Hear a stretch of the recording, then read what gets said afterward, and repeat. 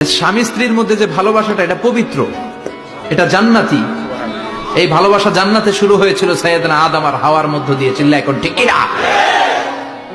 স্বামী স্ত্রী দুইজনে একের হাতের সাথে আরেকজনের হাত মিলালে হাতের সগীরা গুনাহ মাফ করে কে? আল্লাহ। স্ত্রীর চেহারার দিকে নজর করে তাকালে চোখের গুনাহ মাফ করে দেয় কে? আল্লাহ। স্ত্রীর জন্য প্রতি মাসে যে খরচ দেন, এই টাকাগুলো সদকা দেওয়ার সওয়াব আছে না নাই? আছে। স্ত্রীকে যে দামি দামি ভ্যানিটি ব্যাগ কিনে দেন, এটা তো সওয়াব আছে না নাই? আছে। কক্সবাজারে ঘুরতে নিয়ে গেলে সওয়াব আছে না নাই? আছে।